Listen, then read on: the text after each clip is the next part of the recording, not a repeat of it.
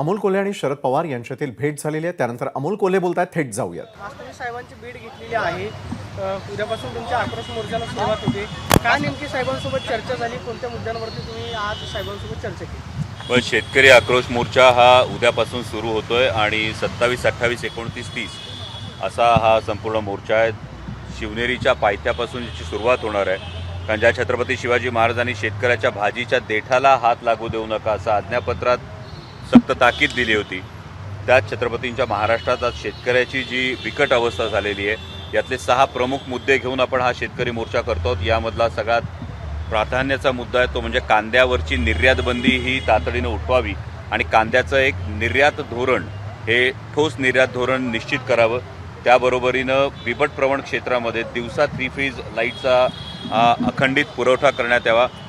पीक विमा कंपन्या ज्या आहेत यामध्ये कंपन्यांचंच उखळ पांढरं होतं, परंतु शेतकऱ्यांना ही नुकसान भरपाई योग्य पद्धतीने मिळत नाही. या संदर्भातली धोरण निश्चिती व्हावी.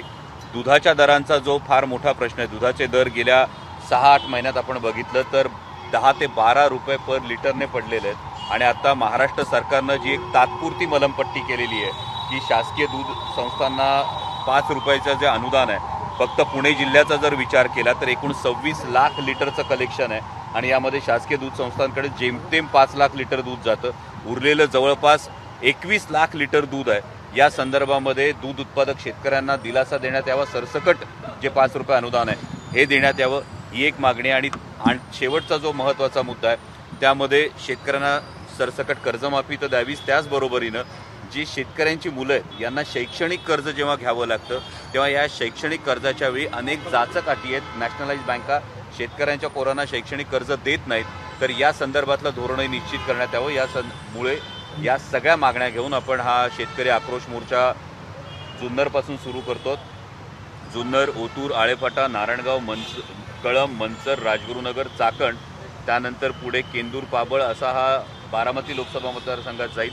आणि या संदर्भात आदरणीय पवारसाहेबांचं मार्गदर्शन घेतलं, कारण पवारसाहेबांनी सातत्यानं शेतकऱ्यांच्या बाजूची ही भूमिका घेतली. म्हणजे आत्ता ज्या कांद्याच्या निर्यात बंदीविषयी जी इतका आक्रोश होतोय, आदरणीय शरदचंद्रजी पवारसाहेब जेव्हा देशाचे कृषी मंत्री होते तेव्हा कांद्याच्या निर्यातीवर बंदी आणावी ही भारतीय जनता पक्षाची त्यावेळीच्या मागणी होती, अत्यंत आग्रही. आणि पवारसाहेबांनी अगदी ठामपणे कांदा उत्पादक शेतकऱ्याच्या बाजूनं भूमिका घेतली होती.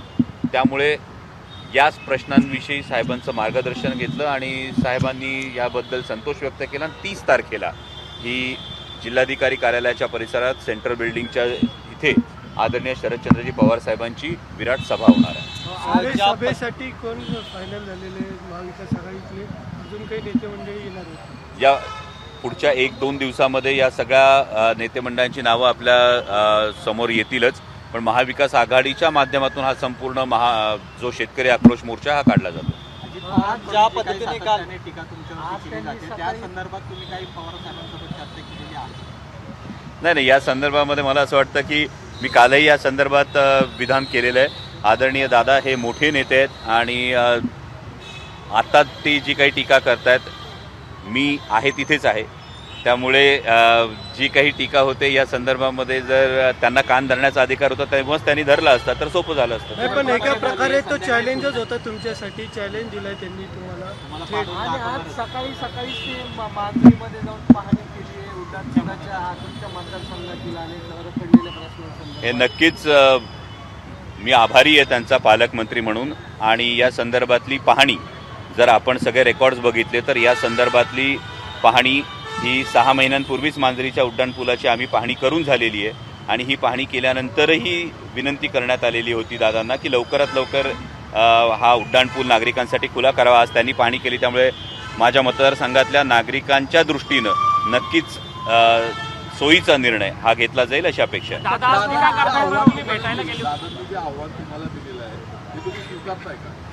अहो, मी खूप सर्वसामान्य मध्यमवर्गीय कुटुंबातला व्यक्ती आहे, त्यामुळे इतक्या मोठ्या नेत्यांनी मला आव्हान देणं हा मी माझा गौरवच समजेल ना. आणि त्यामुळे आमचे दादा नेते होते आणि त्यामुळे त्यांच्यावर काउंटर रिॲक्शन देणं हे माझ्यासारख्या लहान कार्यकर्त्याला शोभणार नाही.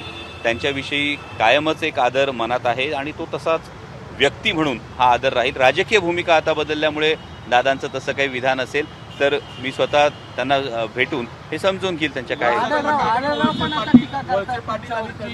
हां आढळराव पाटील कोण टीका करतंय? आढळराव पाटील पण टीका करतायत. ती एक म्हण आहे, बेगाने की शादी में अब्दुल्ला दिवाना. तुमच्या विजयामध्ये कितपत वाटा होता? दादा म्हणले की हे बघा, राष्ट्रवादी काँग्रेस पक्षाकडून मी ही निवडणूक लढवली होती आणि या सगळ्यांचाच 100% वाटा होता. राष्ट्रवादी काँग्रेस पक्षाच्या प्रत्येक कार्यकर्त्याचा हा तितकाच वाटा होता आणि राष्ट्रवादी काँग्रेस पक्षाला मतदान करत असताना संपूर्ण शिरूर लोकसभा मतदारसंघाचा जर आपण विचार केला तर आदरणीय शरदचंद्रजी पवार साहेबांचं इतकं मोठं योगदान या संपूर्ण मतदारसंघाचा चेहरामोहरा बदलण्यासाठी लागलेले. जी 8 धरणं आहेत, ती 8 धरणं कोणाच्या कार्यकाळात झाली? फळबाग जी योजना आहे, ज्यामुळे आज आमच्या भागामध्ये सधनता दिसते, ही कोणाच्या मुळे झाली? आदरणीय शरदचंद्रजी पवारसाहेब कृषी मंत्री असताना जी धोरणं राबवली गेली, त्यामुळे आमच्या भागातला शेतकरी हा सुखी झालेला आहे. चाकणची MIDC असेल, रांजणगावची MIDC असेल, सणसवाडीचं असेल, या सगळ्या गोष्टी कधी आल्या? किंवा हडपसरमधलं मगरपट्टा सिटी असेल किंवा IT पार्क असेल, या सगळ्या गोष्टी कोणामुळे आल्या हे जनतेला पुरेपूर ठाऊक आहे. आणि आदरणीय पवारसाहेबांच्या या विचारावर विश्वास ठेवून सर्वांनी त्यावेळी काम केलं होतं. मी पुन्हा जबाबदारीनं सांगतोय, ज्या ठिकाणी मी 2019मध्ये होतो त्याच ठिकाणी मी आत्ता 23 संपतंय, मी 23ला आहे. आता भूमिका ज्यांनी बदलली आहे त्यांनी ती भूमिका का बदलली असेल हे मला खरंच सांगता येत नाही, कारण मी खूप लहान कार्यकर्ता आहे.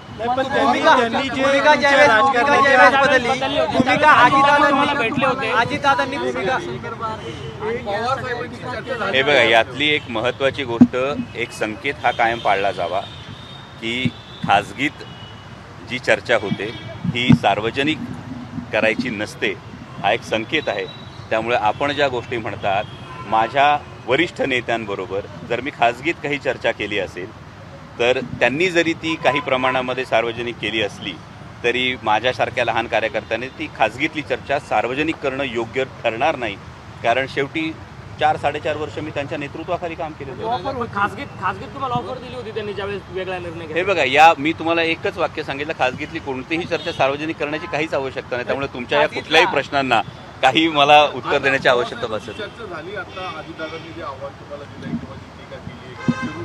हे बघा, लोकशाही आहे आणि लोकशाहीमध्ये प्रत्येकाला आपली ताकद आजमावण्याचा पुरेपूर अधिकार आहे, पण निर्णय ही मायबाप जनता घेणार आहे.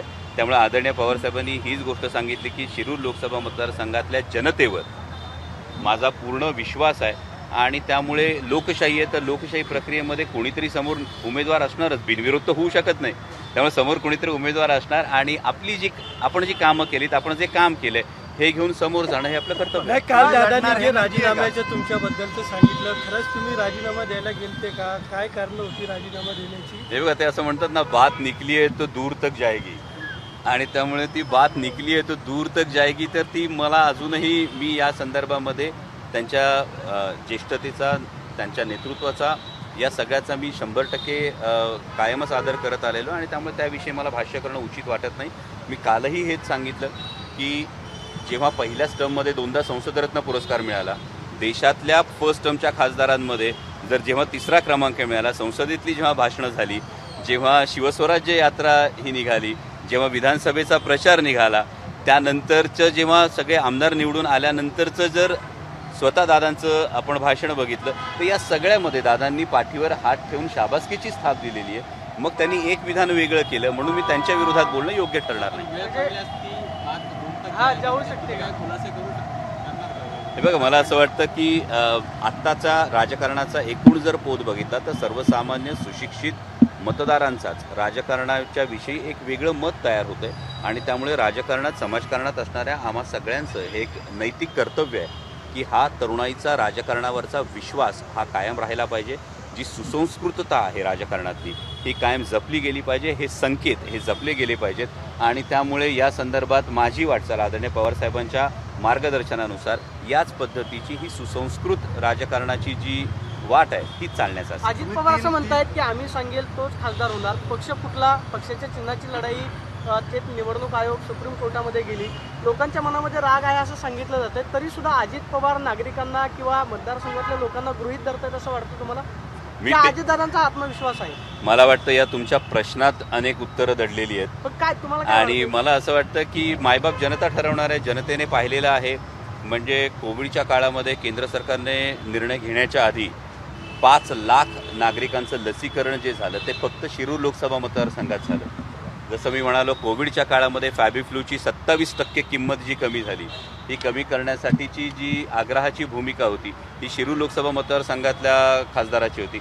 आज पुणे नाशिक रेल्वेचा जो मुद्दा आहे, पुणे नाशिक रेल्वेचा प्रश्न हा जवळपास सुटत आलेला आहे. बैलगाडा शर्यत ही सुरू झालेली आहे. नॅशनल हायवेच्या माध्यमातून 30,000 कोटी रुपयांची कामं ही शिरूर लोकसभा मतदारसंघामध्ये मंजूर झालेली आहेत आणि या संदर्भात स्वतः माननीय नितीन गडकरी साहेबांनी विधान केलेलं. मला वाटतं कामांच्या जोरावर आणि लोकांमध्ये असलेल्या प्रतिमेच्या जोरावर ही गोष्ट समोर येणं गरजेचं आहे आणि जेवढं मी मतदारसंघात फिरतो यामध्ये लोकांच्या मनात तरी नक्कीच आदरणीय पवार साहेबांविषयी, माननीय उद्धवसाहेब ठाकरेंविषयी ही प्रचंड आस्था आहे आणि त्याचबरोबर केवळ निधी या गोष्टीपेक्षा तत्त्व आणि मूल्य या गोष्टींना माझ्या मतदारसंघातले लोक हे फार महत्त्व देत आहेत. पुढच्या काळामध्ये अजित पवारांसाठी 2 ते 3 दिवसांमध्ये जास्तच आक्रमक झालेला आहे. असं नेमकं कारण काय आहे? याचं कारण मी कसं सांगू शकेन, कारण आक्रोश यात्रा उद्यापासून सुरू करत आहात. हे कारण असावं का की इतका अजित पवारांचं प्रेम तुमच्याबद्दल गेल्या 2 दिवसांपासून व्यक्त होते? मला वाटतं ते जर प्रेम असेल तर मी आदरणीय दादांना हीच विनंती करतो की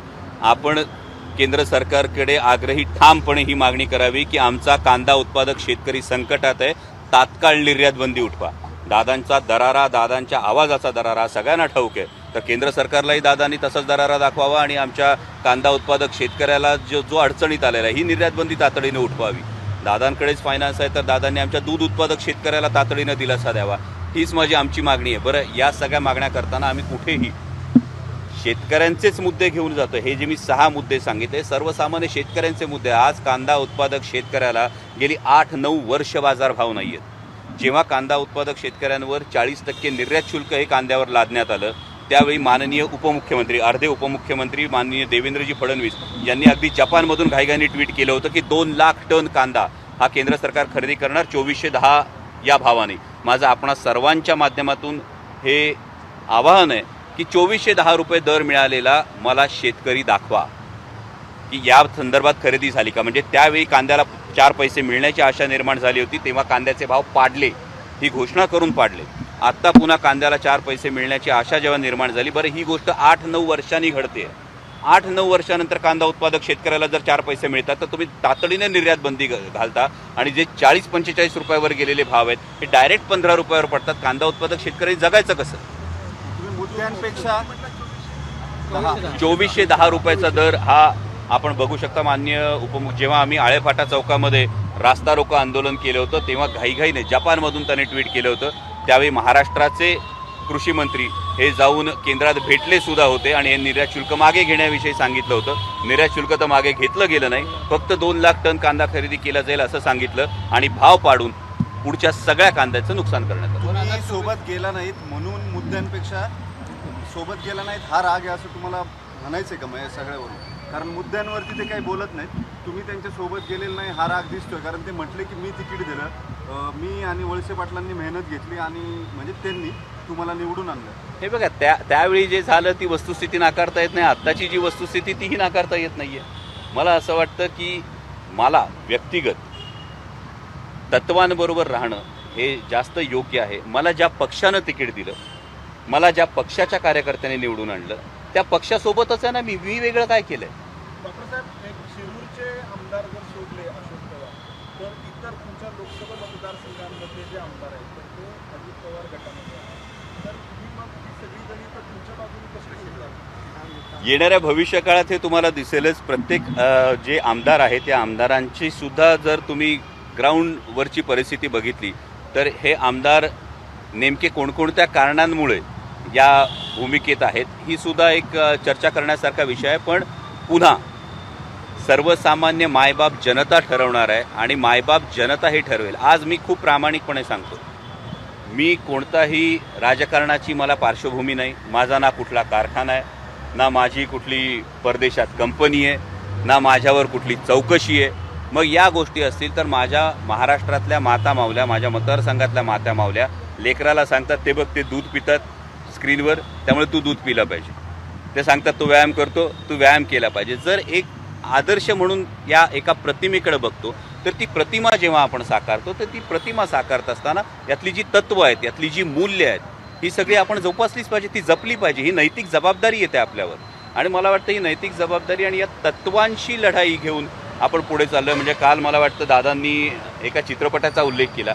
या चित्रपटामध्ये एक प्रसंग होता की छत्रपती शिवाजी महाराज जेव्हा आग्र्याच्या दरबारात उभे राहतात, तेव्हा आम्ही हे रिसर्च करताना होतं की औरंगजेबाच्या मनात, दिल्लीपतीच्या मनात, म्हणजे आता लगेच तुम्ही त्याला काहीतरी वेगळे संदर्भ देऊ नका की ही तुलना औरंगजेबाशी केली नाही, दिल्लीपतीच्या मनात, ज्याचं एक फार मोठं राज्य होतं, त्यांच्या मनात हे होतं की कदाचित दख्खनची सुभेदारी द्यावी आणि छत्रपती शिवाजी महाराजांना आपल्या बाजूने वळवून घ्यावं. दख्खनची सुभेदारी जर बघितली तर दख्खनचा सुभा हा स्वराज्यापेक्षा कैक पटीनं मोठा होता. पण छत्रपती शिवाजी महाराजांनी दिल्ली दरबारासमोर मान झुकवण्यापेक्षा तत्वांच्या बाजूनं ठामपणे मान ताठ करून उभं राहणं पसंत केलं. आणि म्हणून आज आपण 350 वर्ष छत्रपती शिवाजी महाराजांचं नाव घेतो. जर मी केवळ त्यांची प्रतिमा साकारत असेल तर एवढा बोध तरी ही प्रतिमा साकारताना नक्कीच घेतला पाहिजे. त्यामुळे चित्रपटाने व्यवसाय काय केला ते मला ठाऊक नाही, पण त्याहीपेक्षा चित्रपटाने जे शिकवलं ते आचरणात आणणं मी माझं कर्तव्य समजतो. 3 वर्षापूर्वीचा निर्णय जो होता, जो बदलला तुम्ही, म्हणजे बाहेर पडायच्या संदर्भातला किंवा राजीनाम्याच्या ज्या चर्चा होत्या, त्याच्यानंतर आता राजकारण कंटिन्यू करायचा निर्णय असा मी जाहीर केला निर्णय नाही, त्यांनी सांगितलं की मग तुम्हाला त्यांनी बाहेर सांगितलं, आपण त्यांना विचारा. नाही खरं आहे का मग ते? अहो मी तेच म्हणालो ना तुम्हाला सुरुवातीला की खाजगीतल्या चर्चा जेव्हा बाहेर येतील तेव्हा मग ही चर्चा का घडली, त्याची पार्श्वभूमी काय होती, त्यानंतरचं काय होतं, हे सगळं समोर येतं ना. आणि त्या खाजगीतल्या चर्चा संकेत आहे की खाजगीतल्या चर्चा अशा बाहेर सांगायच्या नाही. त्यांनी असं सांगितलं की तुमची कौटुंबिक पार्श्वभूमी होती किंवा वैयक्तिक पार्श्वभूमी होती. तुम्ही जे आता बोलताय त्याचं इंडिकेशन तुमच्या लोकल पॉलिटिक्सकडे जर असेल किंवा तिथल्या स्थानिक राजकारणाकडे, तर त्यांनी तसं सांगितलं नाही अजिबात. ते म्हटले की तुमच्या खाजगी कारणास्तव तुम्हाला बाहेर पडायचं होतं राजकारण. हे बघा, कलाकार म्हणून काम करत असताना या दोन्ही गोष्टी तितक्याच महत्त्वाच्या असतात की मी जसं सुरुवातीला म्हणालो, मी सर्वसाधारण मध्यमवर्गीय कुटुंबातला व्यक्ती आहे. माझा जो काही ज्याला आपण उत्पन्नाचं साधन म्हणतो, मी आज अभिमानानं सांगतो की होय, माझं उत्पन्नाचं साधन मी 4 चौघात उजळ माथ्याने सांगू शकतो. ही नैतिकता अजूनही मी राजकारणात, समाजकारणात जपलेली आहे. आणि कलाकार म्हणून काम करत असताना ही नक्कीच दोन्हीकडे ही उडाताण होत असते. आणि त्या संदर्भामध्ये जेव्हा तुम्ही विश्वासाने काही चर्चा जर करत असाल तर या चर्चा त्यात मला वाटतं तेवढंच विश्वासानं या आपल्यापाशी ठेवाव्या असा एक संकेत आहे. थँक्यू.